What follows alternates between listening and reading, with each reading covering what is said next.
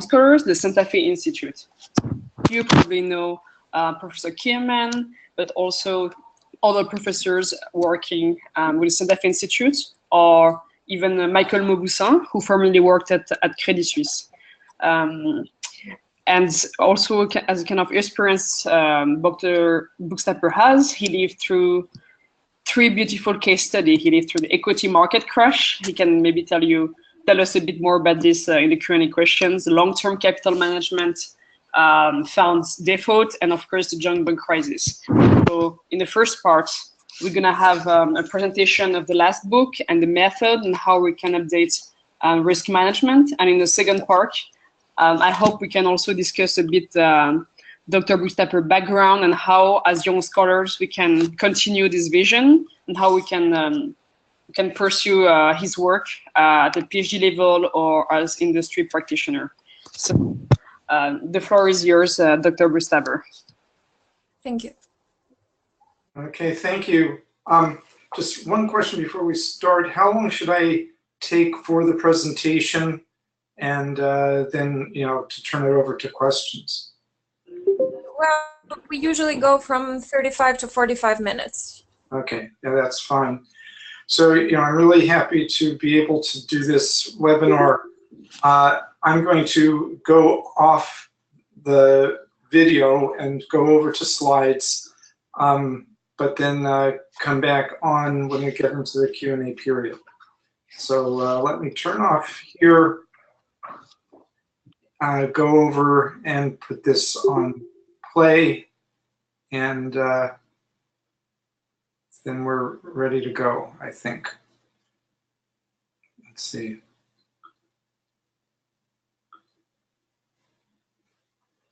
Okay, so are we all set? Everything looks good? Yes, absolutely. Great. Okay, so I'm going to be talking about financial crises, focusing not on any one specific crisis, but I think we all know that there are problems where economics did not do a very good job in past crises, and 2008 really comes to mind. And so I'm going to talk about why economics by nature, neoclassical economics, fails in dealing with financial crises. And then I'm going to propose an alternative approach, which I really feel is an alternative paradigm to neoclassical economics, which is agent-based modeling. And of course, agent-based modeling is used in a lot of different areas, but I'll talk about its specific application to financial crises. So I'll start here with the simple point that the current methods don't work. And we can go back to the statements by the Secretary of the Treasury, by Bernanke, by the IMF and others, where it's clear they had no idea that the crisis, as we looked at it starting in 2007, could cascade the way that it cascaded, could lead to contagion in the way that the contagion came about. And so what I want to do is explain methods that can generate the sorts of returns, and using those methods can dampen the cascades of crises. So although I know many of the people here many of you aren't really focused on risk management, let me give you some context on why this is an approach that's important. Risk management has been a key part of finance since the late 1980s or early 1990s. I actually started my first position in risk management, was to be in charge of risk management at Morgan Stanley. I was the first risk manager there in 1993. And then it moved into what's called the buy side, like hedge funds. And I was involved starting risk management there in around 1999. And the standard tool that's used for risk management is what's called value at risk models. And essentially you look at history and see how much various assets or securities have moved up and down. and you say if the future is drawn from the same distribution as the past, what are the odds that some defined bad event will occur? What are the odds a 3 standard deviation event will occur? Well, you're essentially looking back and saying, how often have we seen, the sort of thing we're interested in? So historical data works well if there aren't dislocations in the market and we have a nice ergodic process governing the markets, but we don't. And so after 2008, people started to say, things can occur that just aren't in the past. So let's posit stress cases or scenarios. So somebody might say, for their portfolio, what happens if equities go down 15%? Well, if your equity exposure is $100 million, the answer is pretty obvious. You lose $15 million. And you can do, more complicated things. What if equities goes down 15% and, 10-year treasuries, the rates go up 150 basis points? You can do whatever you want. And if you know your exposure to interest rates, and you know your exposure to equities and so on, you can calculate the implications. The problem is that these are static scenarios. If equities go down, say, 20% and interest rates pop up 150%, what you have to ask is, okay, what happens next? Because banks are going to be hoarding capital, market makers will pull away, so there'll be less liquidity. People will be forced to liquidate because they're having margin calls. So you have to deal with the dynamic interaction of the markets, and that's the essence of what occurs during crises. And that's where you need to have agent-based models. Now, I think a lot of you already know the nature of agent-based models, or lately they've been called heterogeneous agent models, and I'll get why that's also a name that's employed. But just to give you a sense of it, let me give an example of how agent-based models are used in an area where they tend to have quite a bit of application, which is if you're a traffic engineer trying to solve a problem of, say, where to put an exit ramp. In that case, the agents are the cars and the drivers. And the agents, the drivers, are heterogeneous. Some go fast, some go slow in the left lane, some change lanes all the time.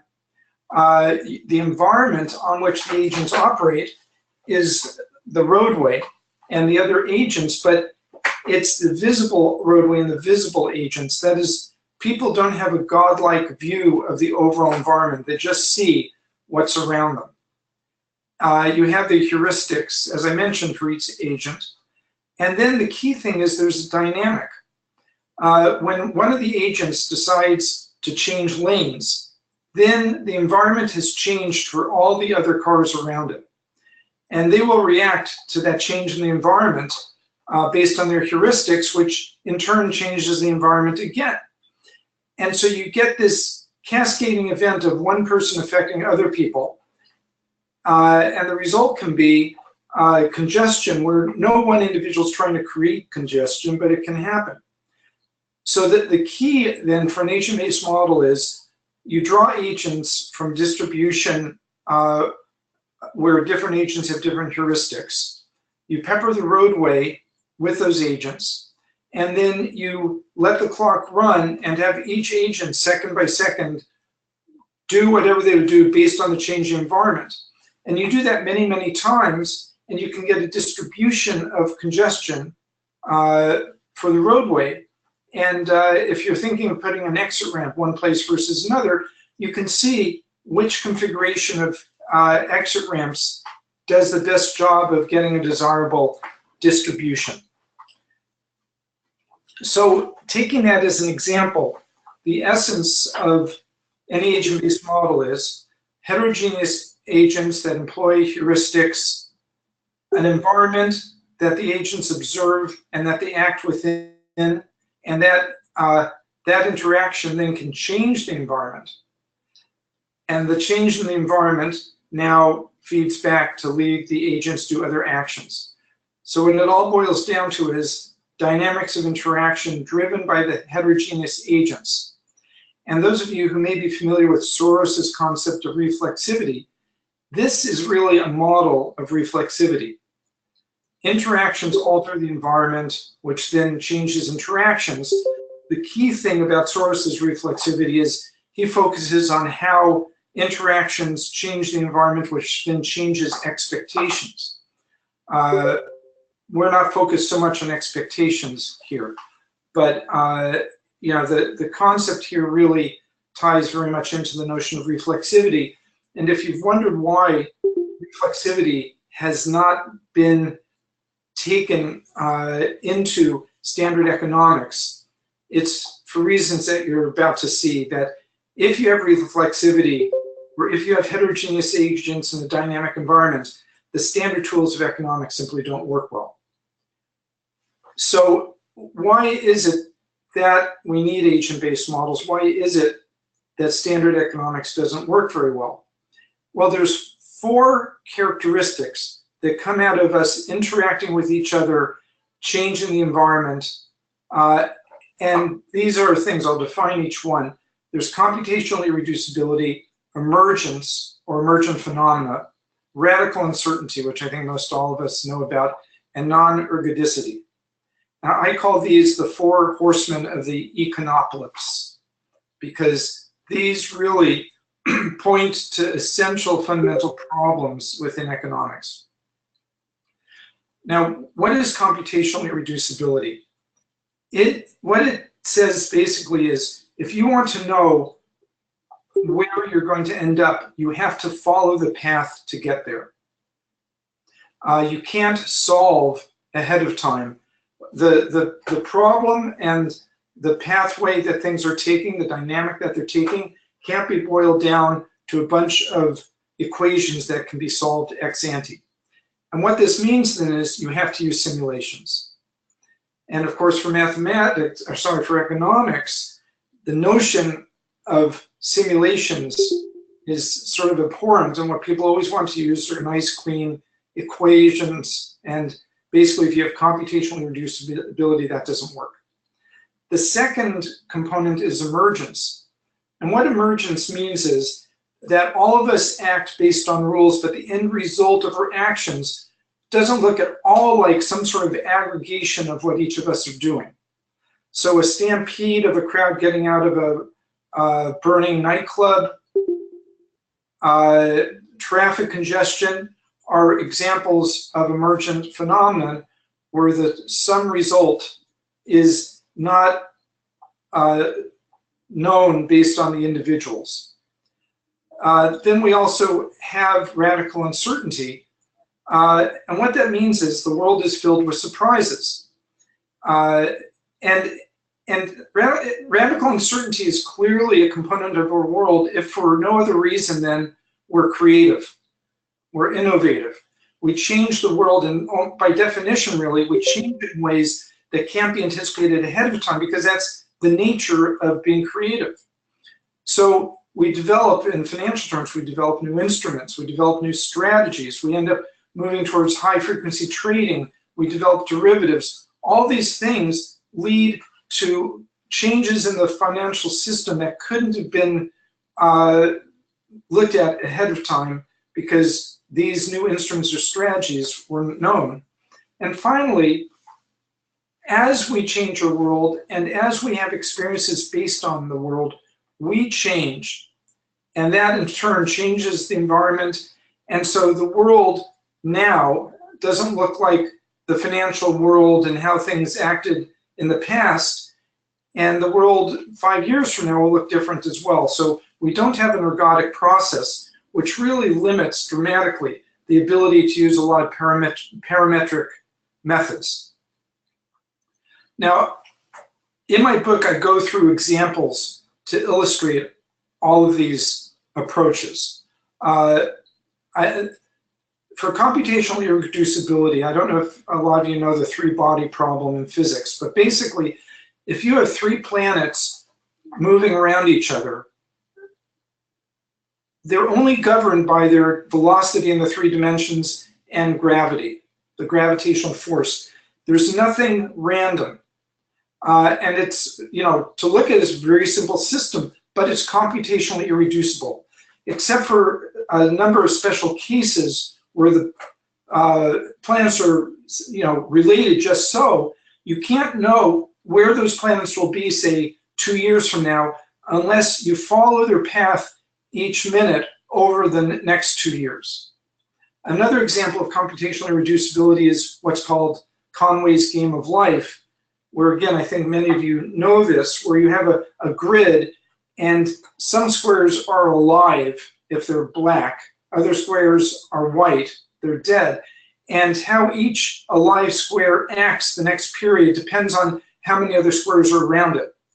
So, and of course, there's only 8 places squares can be around it. So the game of life is extremely simple, and yet it also is computationally irreducible. If I give you a random setting of alive squares within a game of life grid, with some special case exceptions, the only way you can know where what squares will be black 100 periods from now is to run the game for 100 periods.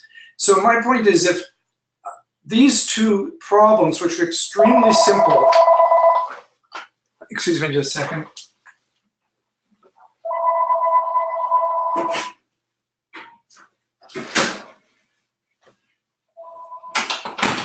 Sorry, my phone went off. So in these cases where it's deterministic, it's extremely simple. You have computational irreducibility. How can we possibly think that we don't have that in the world generally?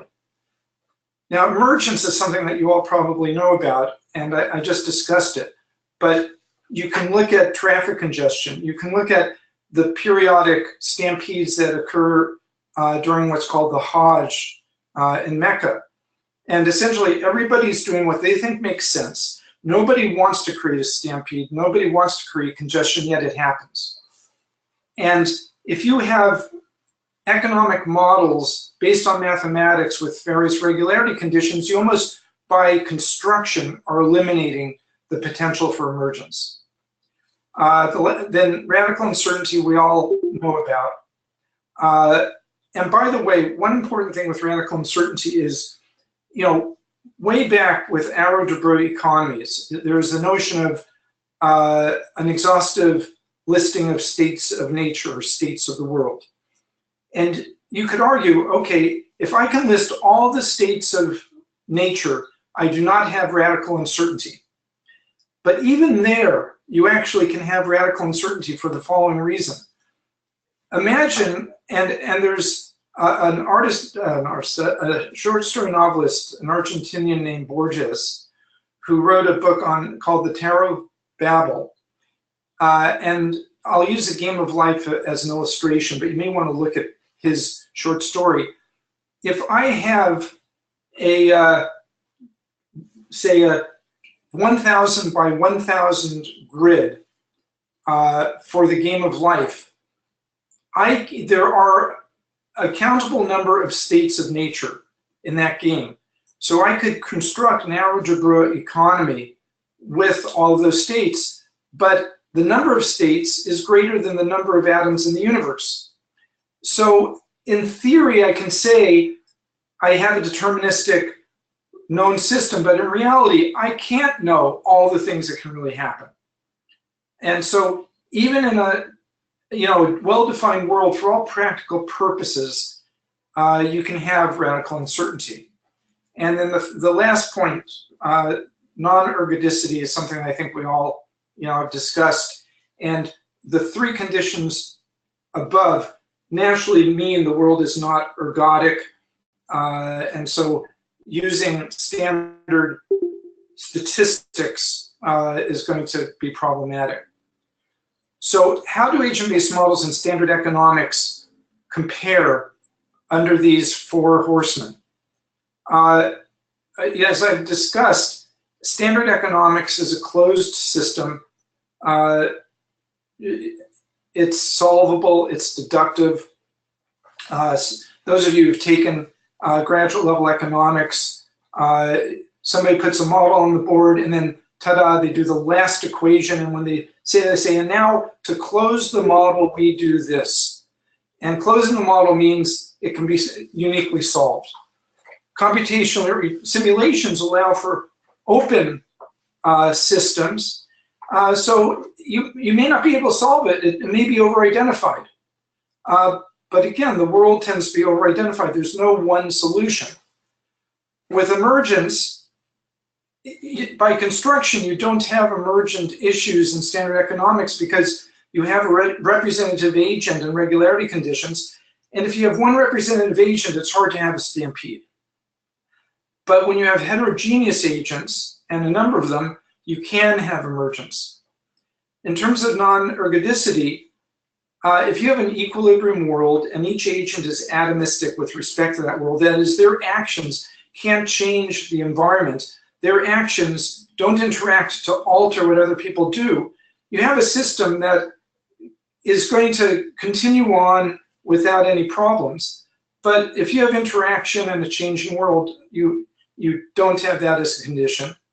And again, an agent-based model with heterogeneous agents and simulations can create a world because of the interactiveness of it. Interactivity is not ergodic. And now the last one is radical uncertainty. Optimizations say, this is a world, we've got it, we've defined the states, we've defined the probabilities, now we can optimize and we're done. You know, it's a little hard to build a model that includes radical uncertainty because how can you model something when you assume at the outset that you can't really model it? So there's two ways to get into the notion of radical uncertainty. Soros does it through a notion of fallibility. He asserts everybody's fallible, which means they're just clueless to some things that can occur. Another way to do it is to say, how would people behave if there were radical uncertainty? And the answer, which I can't get into here, but you can look at my book and you'll see, and there's also an article I wrote way back in 1985 in the Journal of Theoretical Biology that goes into this, that if you're in a world of radical uncertainty, you won't optimize.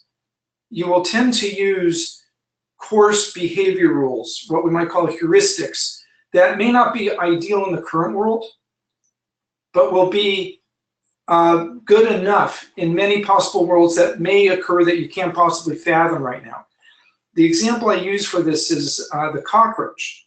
So the cockroach has been around for for hundreds of millions of years, and it doesn't optimize at all to whatever environment it's in. It doesn't smell, it doesn't hear, it doesn't see. All it does is move in the opposite direction of a gust of wind against the hairs of its legs. But that heuristic, coarse though it is good enough to allow it to survive in many worlds as a jungle turns to a desert that turns then into a city. And so while we don't know radical uncertainty, we can infer the sorts of behaviors that would be consistent with it. So now let me get to a specific example that is relevant as we use agent-based modeling within financial markets and especially periods of crisis. And let me just check. I just want to make sure, is everybody still with me? Can everybody hear me okay? Yes. Great, okay. So I'm going to pose another analogy, another place where agent-based modeling can be used that's similar to the traffic problem, but you'll see this links directly to the problem of financial crises. And that is, if you're a fire marshal, your problem is, if there's a fire, say in a nightclub, how many people can make it out? And based on the answer to that question, you're going to either allow that nightclub to have so many people in it or not. Well, three things matter. The means of egress, how many exits are there and how big are those exits? The flammability of the space, how quickly would a fire spread? So how much time do people have to get out? And the crowding, how many people are in the space? So X number of people in the space have Y amount of time to get out through exits that allow Z people to exit per minute. Now the problem with this would be pretty easy to solve, except that when a fire does occur, people don't walk out in a single file. So you have to deal with the emergent phenomenon that occur as people are all rushing out and trying to crowd into the exits together. And that's where you need an agent-based model. Now for the marketplace, the linkage or the analogy is almost immediate. The egress, the ways of getting out of the nightclub, are the same as the liquidity, the ways you can sell out of your position in the market. The flammability, the speed with which things spread and you have to get out, is analogous to the leverage that people have in the market. And leverage in a broad term, if you have leverage, basically if prices drop a certain amount, you have a margin call, and then you have to get out. But there's other forms that are like leverage. For example, way back in 1987, you had portfolio insurance strategies that were programmatic rules for how you would act based on what happened in the market. So those, although not leverage, had the same effect. And then crowding within the nightclub is like points of high concentration where groups of funds or investors have large concentrated positions in a particular market. Now, the crisis dynamic depends on the joint effects of leverage, concentration, and illiquidity. And the way it works is there's an asset shock. Some asset drops, say 10% for whatever reason. There's a funding shock. People who are lending investors money so they can lever pull back their funding for whatever reason. And as a result, people have to sell. So you're forced to sell due to leverage. There's a price effect on that because people are super concentrated in some position, so we have to sell a lot of it. And as they sell it, whatever the illiquidity of the market is, that drives prices down, which then can lead to further forced sells as there are more margin calls. So you get cascades, but also you get contagion, because when a market's illiquid and more people are selling into it, finally, you just can't sell anymore at all. And if you can't sell in that asset that's under pressure, you sell whatever else you have. So now the effects pass on to another asset.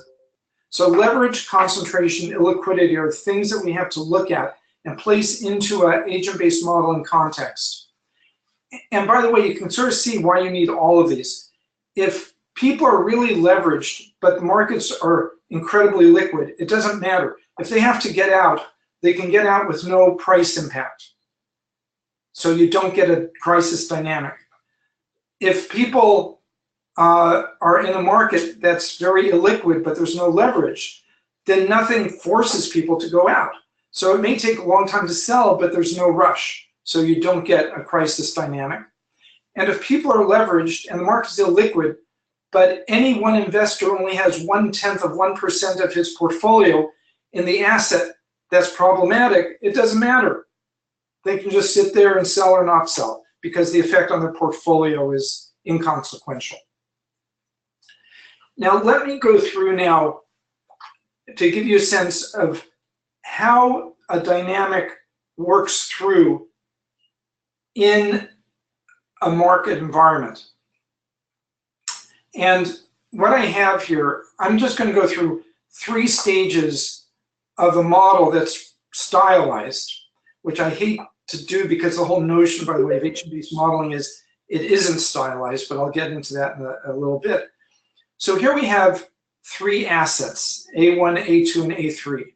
We have 2 hedge funds, 2 bank dealers, and CP is a cash provider that basically provides funding to the bank dealers who then, through the prime broker, provide funding for leverage to the hedge funds.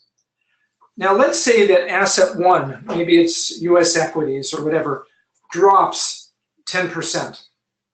The immediate effect is anybody who has equities is hurt.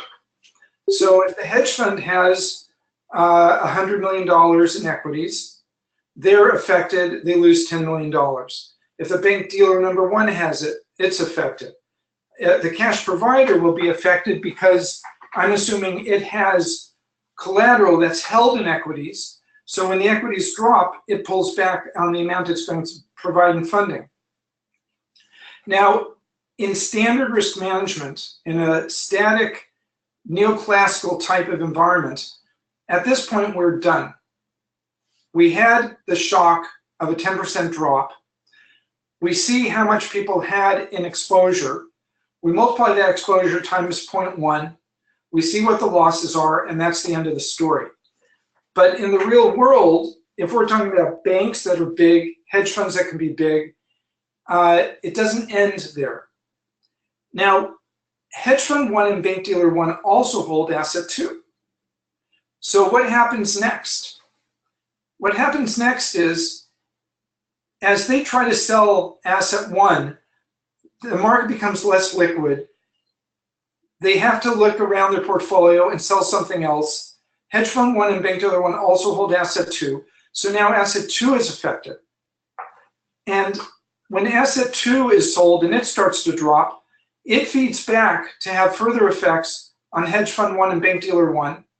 It adds to the effect of the cash provider, who also has collateral held in asset 2, and hedge fund 2 and bank dealer 2 didn't hold asset 1, but they hold asset 2.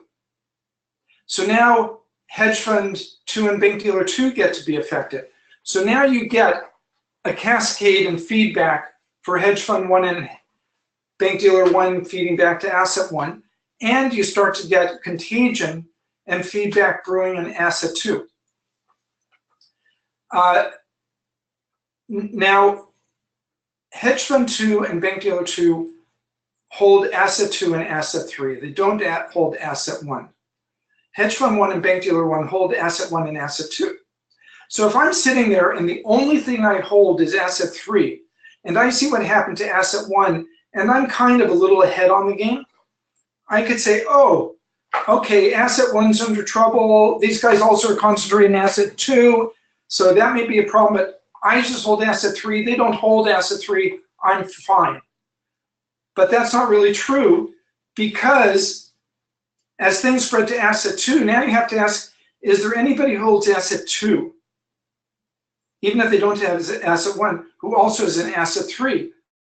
And sure enough, bank dealer 2 and hedge fund 2 are in asset 2 and 3. So now asset 3 gets affected as the impact they have from asset 2 forces them to look at other things in their portfolio. Meanwhile, margin is dropping even more. Bank dealer 1 is starting to get stressed because it doesn't get funding from the cash provider, and now you have the spread from bank 1 to bank 2.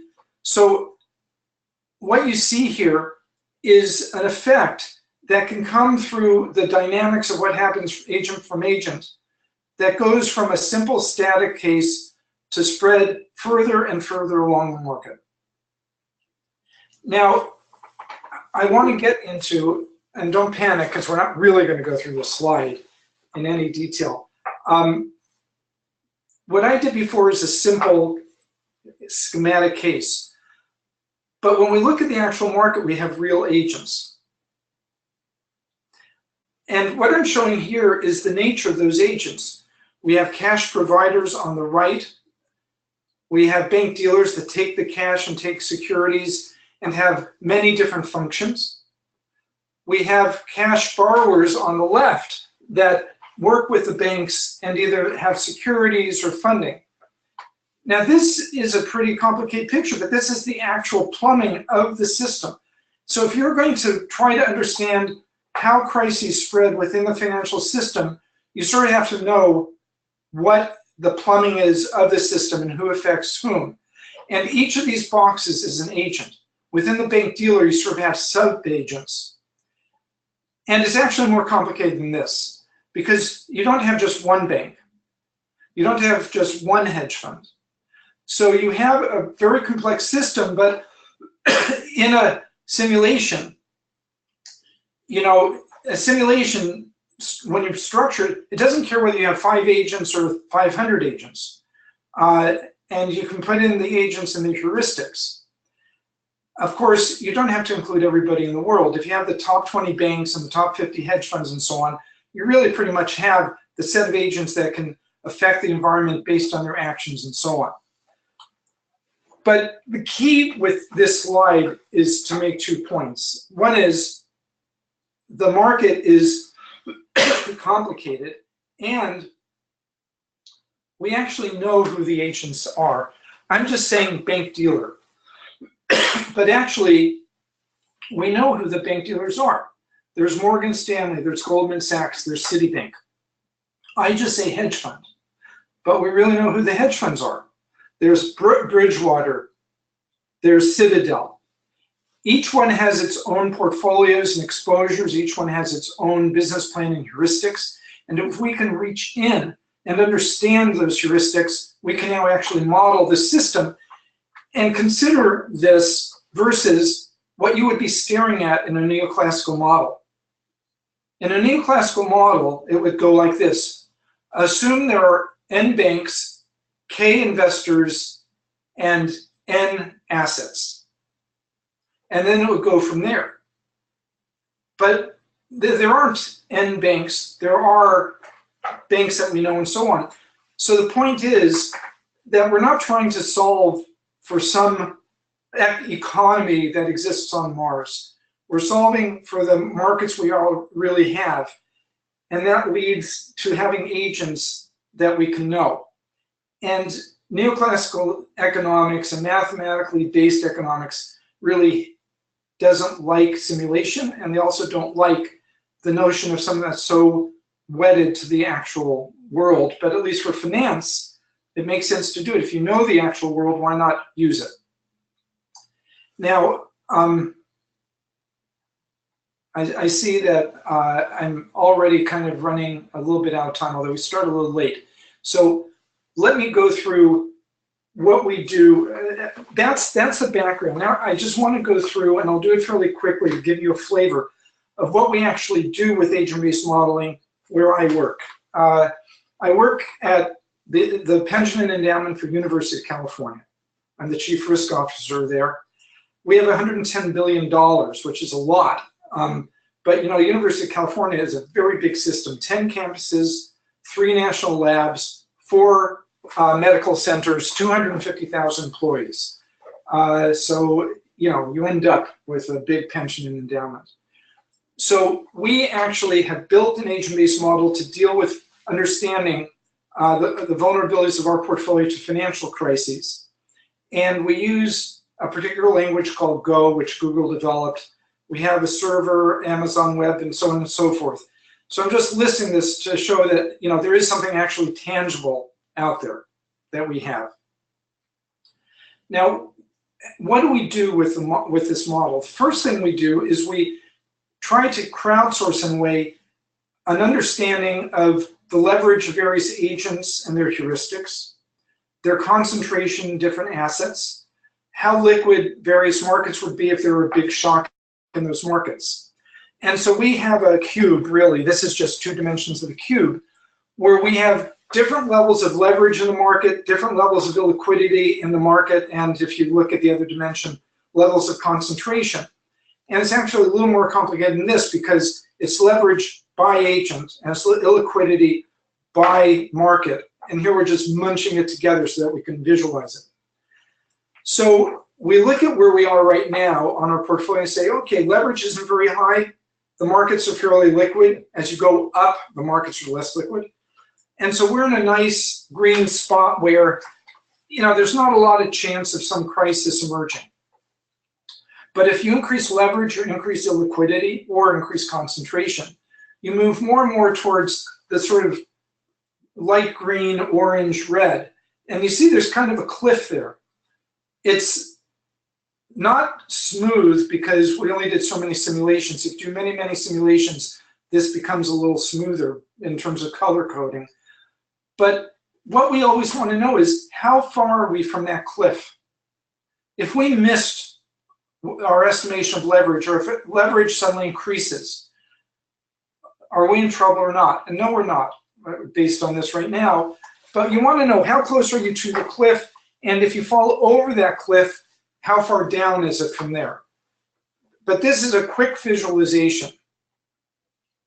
Now for each of these squares, so the square where we are right now, we can ask, what is the nature of the distribution of any given market over time? So we can run a simulation like you could for, say, the nightclub and wonder how individual 5 is going to fare on average if you run that fire over and over again, or cars or whatever. And you can see that for our portfolio, for one particular asset in our portfolio, the emerging market index, we have a pretty nice normally distributed cone-shaped distribution, like you would get with standard value at risk, except there's this faint blue tail. If things move along and a crisis develops, there's some chance that things really go off the edge with emerging markets. It doesn't happen right away because it's like asset number 3 in the cascade, but it can happen. So the key thing is the distributions in the markets, surprise, are not really symmetric, especially in a crisis. Movement into the tails is not smooth. It's not like a nice, smooth, fat tail. And risk doesn't resolve at a constant rate. It's like everything's okay, everything's okay, everything's okay, and then boom, something will go wrong. And those are the characteristics of the actual market. The dynamics that you get out of, say, an Asian-based model demonstrates them, but they don't come out of any parametric approach. Now, you can do different scenarios. So we can say, what if there's value reversal and stocks drop 10 or 15%? You can see in that case, we're a lot closer to the cliff, so maybe we have to really be careful, maybe we have too many equities. And similarly, in that example, now emerging markets really become problematic for us. So this kind of gives you a sense of what we do. We run the model, we look at different scenarios, see where we sit versus them, look at our overall portfolio in the individual markets and see which ones might be problematic, pose volatility rise or other scenarios. Now let me close with, and then I'll open up for questions, just anticipating one question that people always come up with. So I'll try to answer this question before it comes up, which is, okay, fine, you have this model, you have the agents, there are heuristics, you run your traffic simulation, so to speak, but on the market. But if things aren't ergodic, what do you do? How do you calibrate this thing? How do you do estimation? It's even worse than it's not being ergodic. We don't have historical data. Remember, we want to look at leverage, liquidity, concentration. You can't pull those up on a Bloomberg machine. You have to go out and ask people to get a sense of it. It's just not available. It's very hard to find out. You can't get a time series for it. The answer on how we do it, and I'm not saying this is great, but this is what you have to do because of limitations, is in agent-based modeling generally, we use what are called stylized facts. What we do is we say, here's characteristics of the market. Is our agent-based model matching characteristics that we tend to know about? For example, we know the markets have kurtosis. We know that there's some autocorrelation and volatility, and so on and so forth. If we're building a model and it doesn't show those things, then we know that we're missing essential characteristics of the market. And what about testing? We can't do historical tests. Why? Well, we don't have the historical data, but also if the world is not ergodic and we develop and learn as we go along, history doesn't matter. All that matters for us anyway would be past crises, and past crises are not going to look like the next crisis because we've steeled ourselves against a second case of past crises. If we can't do historical tests, how can we know that our model is any good? Well, the answer is not very satisfying, but that's kind of where we are. What you have to do, you run the model and say, you know, this is developing a narrative that makes sense to me. Based on my experience, this makes sense. It's consistent with stylized facts. When I make perturbations and leverage concentration, liquidity, and so on, I get results that are reasonable. So that's really the approach that tends to be used. And by the way, one reason you have to do that is this is a model. Almost every agent-based model is over-identified. Keep in mind, you know, if you've got dozens of banks and dozens or scores of hedge funds and so on, there's a lot of ways the world can go. And basically through simulation, you run through all the possible paths and then look at the distribution. And so that identification issue makes it difficult in any case to use standard methods. So that's the end of the presentation. I know I went a few minutes long on it, but now let me just open it up for questions. Thank you, Dr. Bookstaber. So usually we write the questions on the chat, but sometimes you can also ask questions on your own. So whoever from the attendants has question, please turn on your microphone and ask a question. If not, if you don't have a microphone, I mean, you can just write in the chat and I will be reading your question. So, okay, we have a question from Melissa. Melissa, you can go. Yeah. Hi, can you hear me? Yes. All right. Yeah, I can, Professor. Yeah, I can hear you. All right. Thank you very much for your talk. So let me get a little bit this thing straight. I'm no expert on finance, so this is just a kind of a broad brushstroke. But if I get your message, or so to say, your point right, basically what you're saying is, well, standard models or standard methods do not work, and well, you give some reasons for that.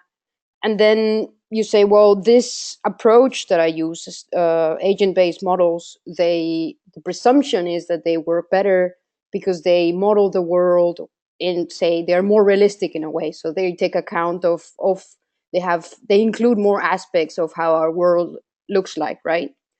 So the presumption, or at least the reason I presume that you give for endorsing these models is because they are in a way more realistic.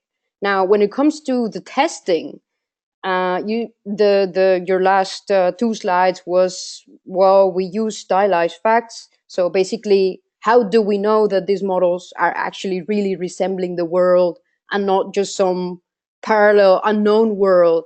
And the testing of that is stylized facts, or certain things that we get from the world that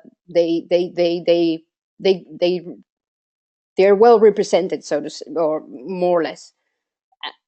And then my question is, well, this is also the way in which standard models or standard neoclassical models would also test, right? I mean, it's so in a way the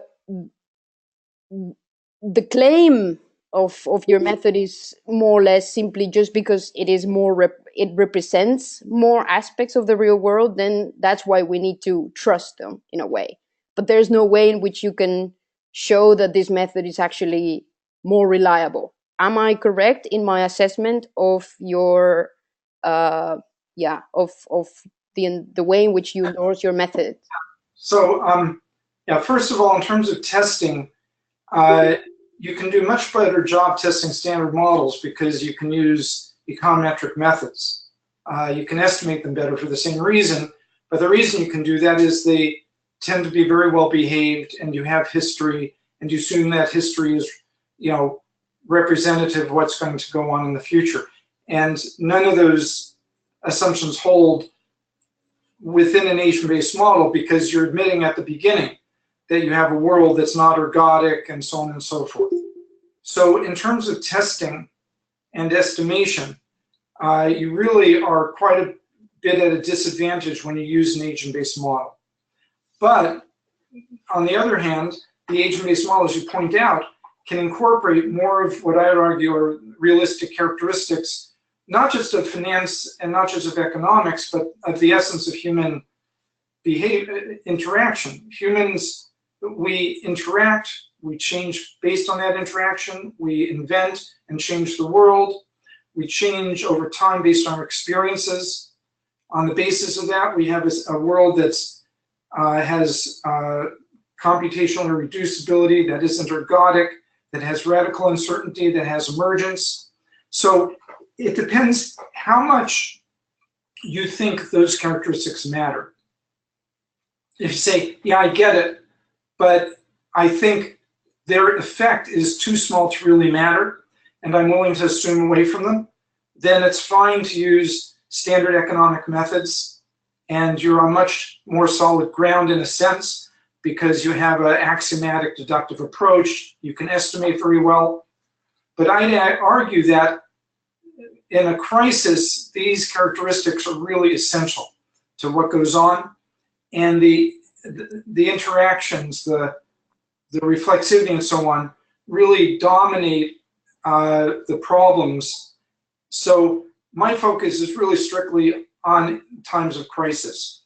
Whether what goes on during crises also applies in more standard day-to-day periods is another question.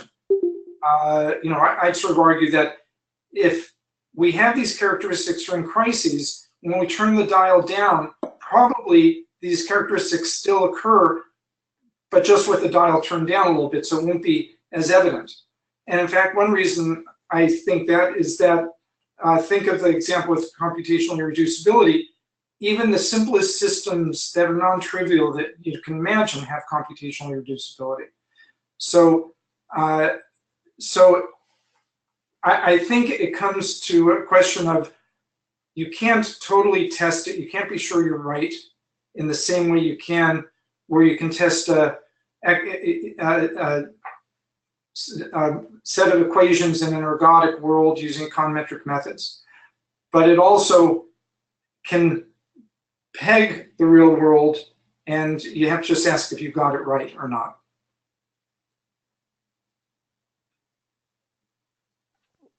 Thank you.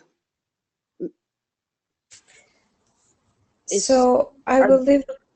Yeah. Okay, we have. Okay, Lauren, you can have the floor. Hi. So my question is on the. So I had some time to read your book, and it's. Can you hear me? Yes, I can hear you. Yeah. So I was this summer I was reading your books, and I also listened to an interview on the FT Alphaville with Andrew Lowe on a book that can be. I haven't read his book. Maybe a bit similar to yours, called The Adaptative Market Hypothesis. A new book I read that you're not such a big fan of behavioral economics, at least the first version, because anything that deviates from the optimization is considered as anomalies. But could you make clear, could you maybe compare and contrast the difference between your perspective and that of Andrew Lowe? What are the commonalities and maybe what are the differences, please? I'm embarrassed to say that I haven't read his book yet, which actually it's very, you know, I hate to say that. I very much admire Professor Lowe. I think he's a very courageous person in the field, in that he's willing to go off and do things that are in areas where most people who care about sort of building up, you know, in one area are not willing to do. And so, you know, I certainly intend to read it, but unfortunately I can't really answer your question about his book. But if you want to mention, you know, if you get into specific, you know, I'm sure I can respond to it. Okay, maybe it can be a subject for another event or conference together, if you agree. That'd be great. Yeah, if the two of us could get together and at that point, having studied each other's book, I think that would be really a very interesting discussion. Yeah, And I'm sure we can do this with the INET and the Santa Fe network. So I'm giving the floor to the next question. Thank you. So Alex has written down a question. He's asking, or she's asking, is there a fundamental problem with theory, which I take to mean the use of mechanistic models, or is it the problem that economic theory in particular has failed by using models that lack resemblance to reality? Example, by assuming stationary ergodicity. The problem, I think, is the lack of resemblance to the real world. But if you want to resemble the real world, you'll end up inevitably moving away from a mechanistic approach. Because what creates the real world are the idiosyncrasies of individuals, their heterogeneity, and so on and so forth. So if you go, and I've had discussions with economists, and a lot of times what they'll say is, oh, heterogeneity, we have models with heterogeneity. We have models that have 3 different types of individuals. Or you talk about, ergodicity. Oh, we have non-ergodic models. We have models that have regime shifts. But if you really, one by one, move from representative agents to a large set of heterogeneous agents and so on and so forth, you'll discover that you have to abandon the mathematics, and you have a system that really is not mechanistic in the way I think people think of mechanistic. It's, it can't be structured through a set of equations and through people who behave within a realm of regularity conditions. But if you could do it, the issue is not so much that agent-based modeling as a methodology is right in some sense. It's that it happens to be a methodology that allows us to unshackle from some characteristics that are required in neoclassical economics, but that are essential to understand how things behave during a crisis.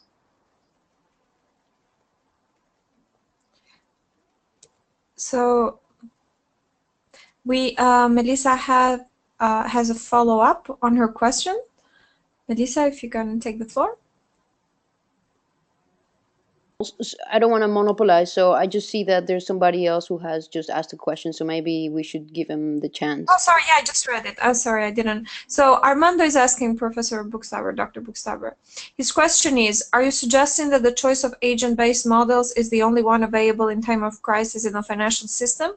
Because otherwise, I guess the point of the first question and the critique of behavioral economics remains. Why wouldn't one favor simplicity if testing is available and possible? Yeah, I'm not arguing that agent-based modeling is the answer, and or that it's the only approach. So I think I wouldn't say that agent-based modeling is the new paradigm for economics. What I say is we need a new paradigm in economics that reflects the characteristics of the way we as humans operate, the way the world actually works, that can address what I call the 4 horsemen of the econopolis. And agent-based modeling, I think, is one that does that. So, it's open for other approaches. I'm not wedded specifically to agent-based modeling. I'm more wedded towards addressing the issues that are critical, especially in understanding crises, that economics really can't address. Thank you. May I follow up now? Yes. Just to kind of follow up precisely on that answer. I'm just curious whether this is then something related to PR or I don't know what. But I mean, the name of your book and the subtitle is quite suggestive and quite critical. So I'm wondering whether, I mean, the end of theory and then the subtitle reads financial crisis, the failure of economics and the sweep of human interaction, in a way that suggests, I mean, that doesn't even leave space for some domains in which economic theory as we know it might work. That is suggesting that the whole economics as a discipline, and those of us who are, well, economists or whatever are at a loss if we endorse or well, yeah, follow this practice. So So I'm a bit confused about that. yeah, so I in the book, I think I'm pretty clear at the outset, and I've tried to make the point here that my focus is financial crises. So I'm not arguing that economics can't work in other settings, although I would argue that if it fails, as I mentioned before, in times of financial crises where these characteristics I talked about are really dominant, maybe it doesn't quite fit in other settings, but the differences are too small to matter, as Lucas would say. So the argument I'm making is focused on finance, and within finance, focused on financial crises. And there I am arguing that neoclassical methods, that deductive methods, that rooted in solvable systems of equations, fails. And I think history suggests that that's the case. So the end of theory that I'm talking about, it actually is broader than that, I would say. And if you search my book for the term end of theory, it only occurs one time, and that's at the end of a chapter on complexity. And my argument is going more broadly than financial crises. I believe that as you go into systems that have similar characteristics to financial crises, that are complex, or even worse than that, that are reflexive, you have to move beyond theory, because those types of dynamically complex reflexive systems are going to have the same characteristics that lead economics to fail as crises do. Thank you. We have another question from Rob Smith, who says, thank you for a very interesting presentation. His question is, the classical models appear to address broad economic interactions. Would this be related to the emergent economic characteristic of agent-based models? And then he follows up by saying, perhaps agent-based models provide a platform to inform causality. Yeah, so if I understand, can you say the question again, because I don't know if... Yeah, absolutely. Is it written down, because I don't see it? Yes, it's chat. You have on side. To inform causality. Okay, Yeah. so, oh, I see. Okay, so it's two questions. Okay, address broad stroke economic interactions. Would these be related? Yeah, so I think the issue is you can model some types of interaction within economic models. As you move more and more towards emergent phenomena, you have difficulty, because the nature of emergent phenomenon is it's a scrum. It's one thing happening to another in ways that really can't be well predicted. So I wouldn't call it chaos. I think that's a term that's overused, but in some cases it is chaos. If you look at the three-body problem, many times where things finally go is a chaotic state. So an agent-based model and some standard models can deal with causality. But if the causality is one that leads to emergence, then you need some type of a simulation approach, because the nature of emergence is either chaotic or has that sort of characteristic to it.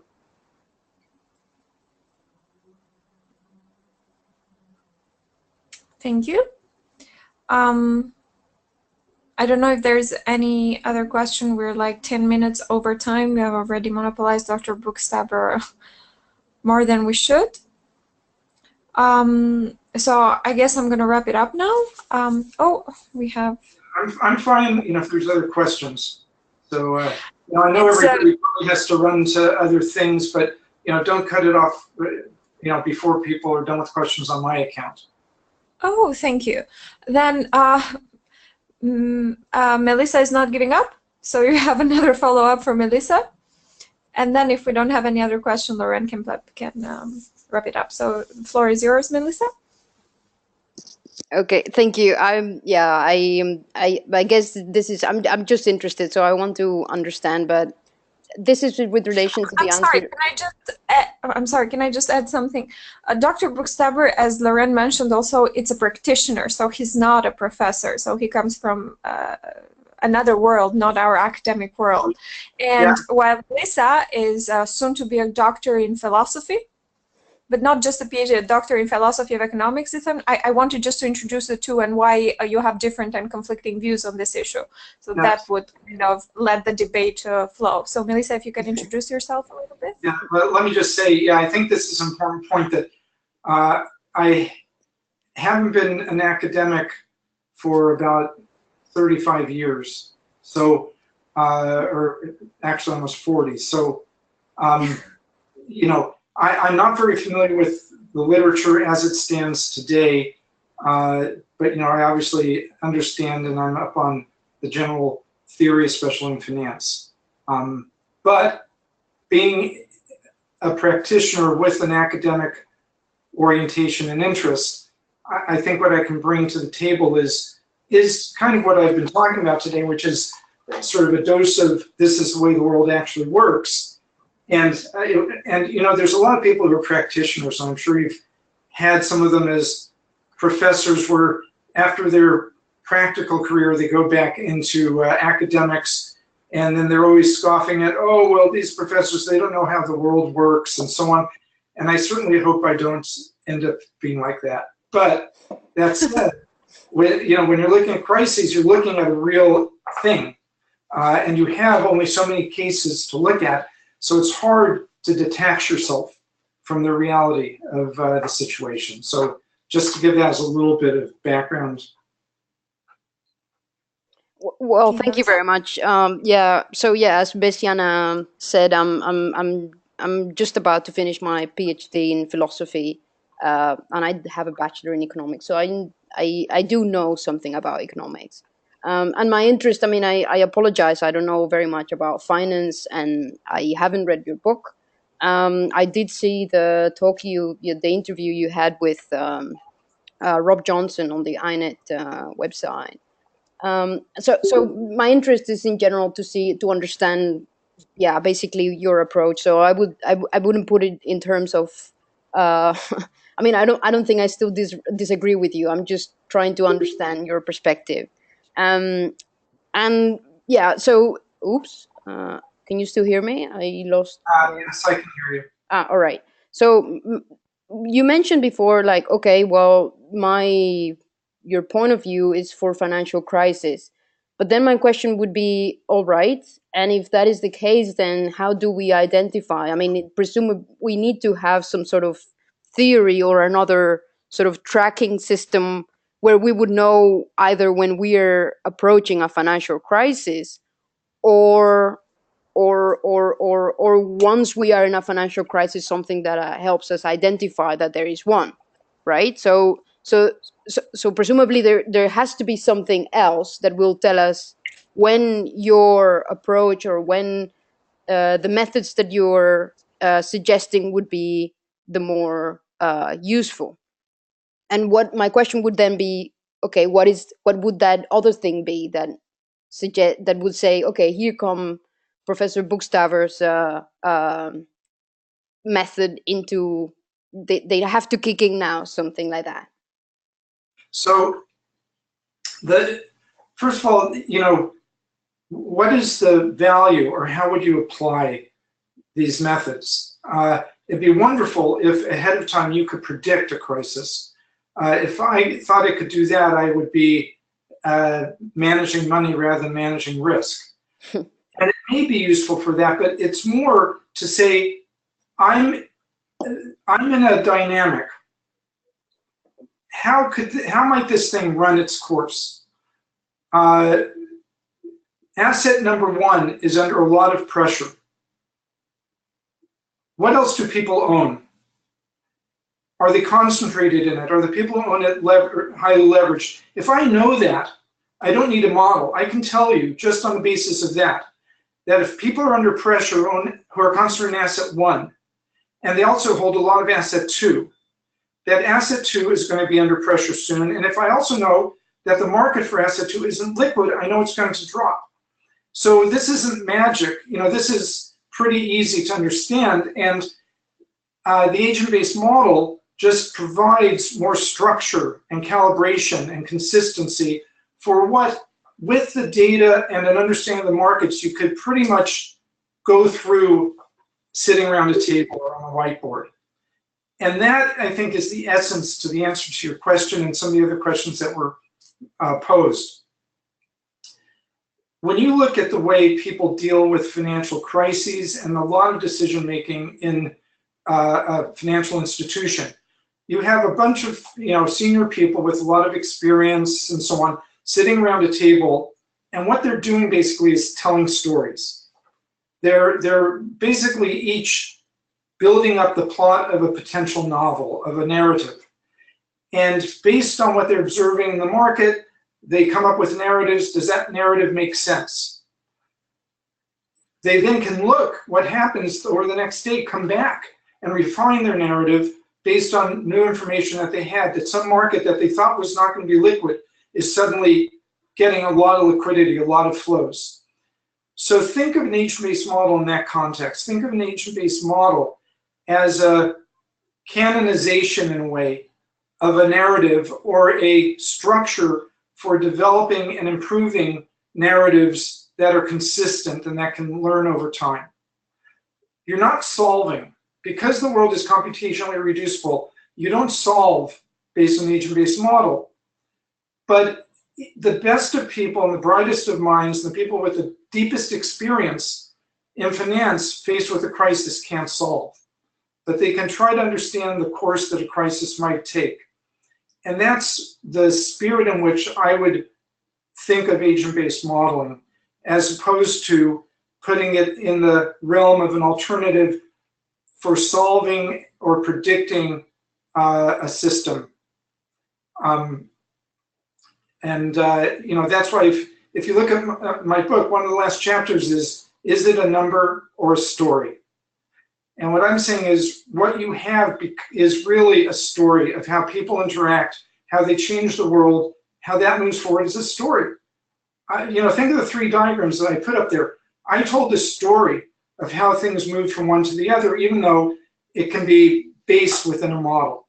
So that's more the mindset, and it's a different, I think it's a different paradigm in more ways than one, because it's arguing for an inductive rather than a deductive approach. And of course, I would encourage anybody to read my book, but I think if you're coming from philosophy, you'll find the book particularly interesting, because I try to bring in things from literature and from philosophy to emphasize this point. There's not an equation in the whole book.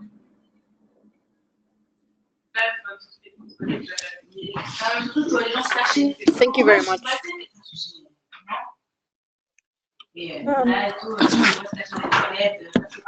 Yes. Laurent, do you want to close the meeting?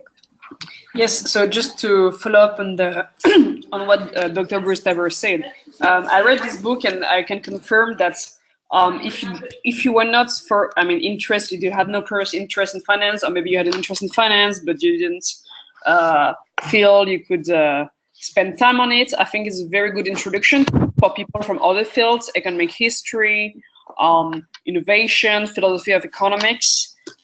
And indeed, there's a lot of, there's not a single equation, but it really helps to understand how finance works, because you start with the actors. And also, I wanted to point out the fact that Dr. Bookstaber started to blog again. So I read before the webinar, the archives of the blog. He was updating. So you can find a lot of material on finance, fiction, and even in the virtual age. So I'm interested in tech companies and monopoly, and actually he also wrote in it. So just after that, we're gonna follow up with some list of references. And also my last question to you, Bookstaber, is maybe you can share with us 2 or 3 references, but they don't have to be academics, things would you suggest us to read or follow to better understand your vision? Yeah, I'd have to say, really, most of the thinking that I, is in the book. The nature of, just adding on to what I said before, the nature of agent-based modeling is the actual building of these models is not hard. Somebody with good computer skills can build one of these models. The issue is building in a way that takes the reality of the agents into account. So it moves more and more towards understanding whether it's the market that you want to look at, or if you want to do it for traffic or whatever. The key is not reading things about agent-based modeling, because if you read one or two things, you'll get it. It's then reading the subject matter of the area that you're really interested in, and then asking the question, who are the agents? What are their heuristics? How do they interact? What's the environment? How does the environment change? It's all subject matter focus. I see that somebody said something working with sociologists and so on. And I think that's the point, that economics is sort of run off all by itself as its own field. But if you have actual people and they are in actual institutions or societies or whatever, you have to be a subject matter expert or have knowledge of it to know how to populate the model. Just in closing, I just mentioned that one of the things that I'm interested in now, and it sounds like it's totally off the wall, but in any case, it's I'm interested in the cycle of civilizations. How do civilizations rise and how do they fall?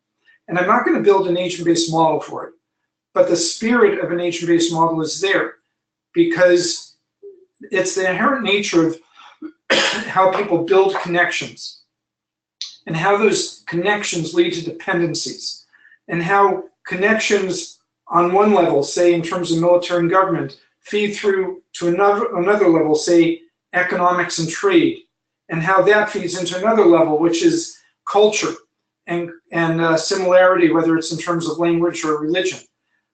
So, so maybe the model, not the model specifically, but the approach of thinking what is the subject and who's in the subject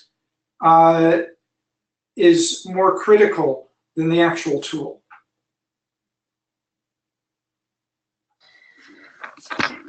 Thank you for this beautiful conclusion, Dr. Bookstaber. We're gonna keep following your work, and also keeping working together with the finance group, the complexity group, and the innovation group on the topic. And we'll be happy to keep you in the loop, and hopefully organize this this debate with Professor Andrew Lu in the next few months. Yeah, I have to say it won't be a debate, because I think we do see things very similarly. And I saw somebody ask a question. I will be at the INEC in October, but I'll be coming in on Saturday and leaving very early on Sunday, but I'll be there over those 2 days. And I think I'm going to be on a panel on Sunday, but I'm not sure yet. Wonderful. So we're looking forward to seeing you in Edinburgh. Most of us will be there. Thank you very much. Okay, it's my pleasure. Thanks. Thank you. Bye. Have a good day. Bye-bye. You too. And thank you all you who asked questions and came to the webinar. Stay in touch for other events that our 3 group will organize. Thank you all. Bye-bye. Bye-bye.